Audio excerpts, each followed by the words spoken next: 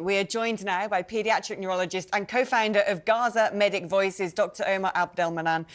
Omar, thank you so much for coming back into the studio again. I mean, I think so many people around the world hoped that that truce would be able to be elongated, and essentially multiple innocent civilians are being put in harm's way, whether it be by Israel's bombardment or Gaza's breaking of that, not Gaza, Hamas's breaking of that truce.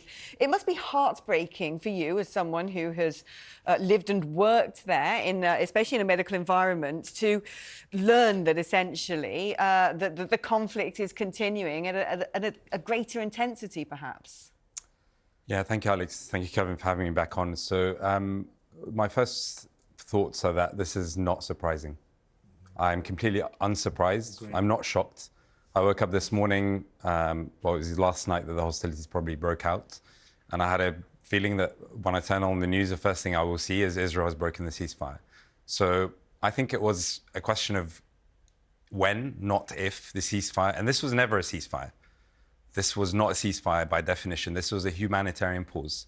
A ceasefire, permanent and lasting ceasefire. Isn't that a Hamas rocket that broke the ceasefire? So I haven't seen these images, but that is the rocket that ended the ceasefire. So, and also Israel, I'm not arguing with you. No, sure. Israel say that Hamas broke the terms of the hostage release by only releasing 8 instead of 10. So they say they reneged on the agreement. So what I would say is, if you look at a lot of the Israeli narrative, a lot of the, things that the Israeli commanders have been saying, if you even look within our own government, and this is from sources that I have spoken to within our British government, 2 days ago, and on Friday evening, Saturday, it was 2 days ago, they said to us very clearly that their plan is for areas of deconflictation within Gaza. Mm-hmm. So that would suggest that there's a plan to continue bombardment and to continue attacking. And that is what we are seeing. In answer to your question, Alex, yes, it is heartbreaking because every one of those continual escalations leads to loss of human life. And in that period of time, since I was here with you, how long ago? Is it 3 weeks ago, 4 weeks ago? We've seen upwards of 15,000 deaths, probably over 20,000 unrecorded. We've seen 40,000 injured Palestinians and Gazans.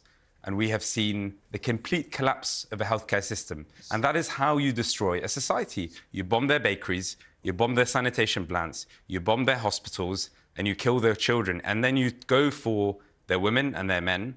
And essentially, that is what's happening. And it's obvious to anyone with any grain of logic to see that this is, on a scale that is planned and pre-planned. I think you can add to your list infested by a terrorist organisation as well that turns water pipes into missile launchers. Talk to us about Hamas. Yeah. No, wait a second. I mean, Hamas, got this all going on October the 7th, and they committed the most grotesque atrocities. For sure. They sent that rocket in overnight, which ended the ceasefire. Also, yesterday, they went into Jerusalem and killed 3 people, shot 3 people dead at a bus stop.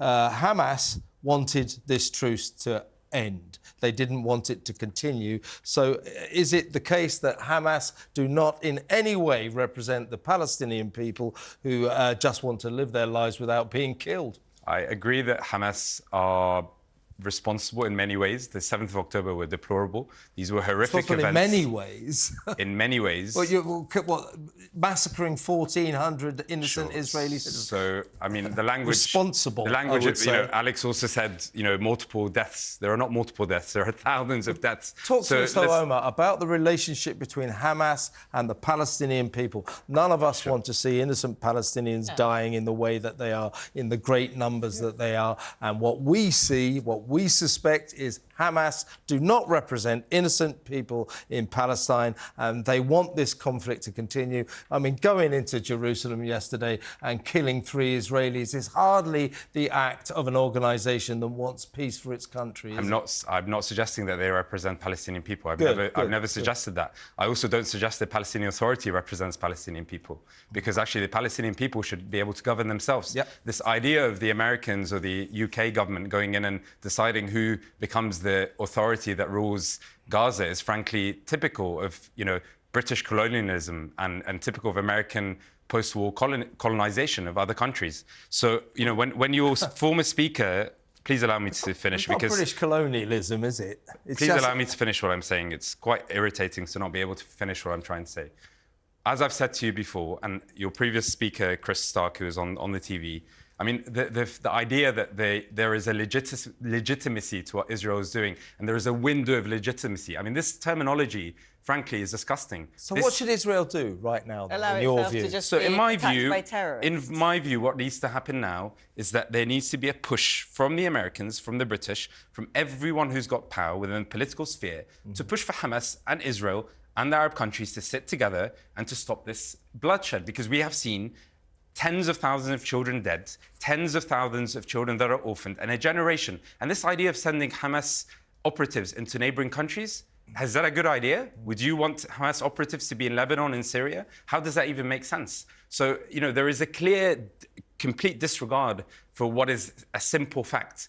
In any other situation, I have to stress this. I woke up on 2 days ago to see images, and these have not been broadcast on any of these news organizations here, but they are legitimate.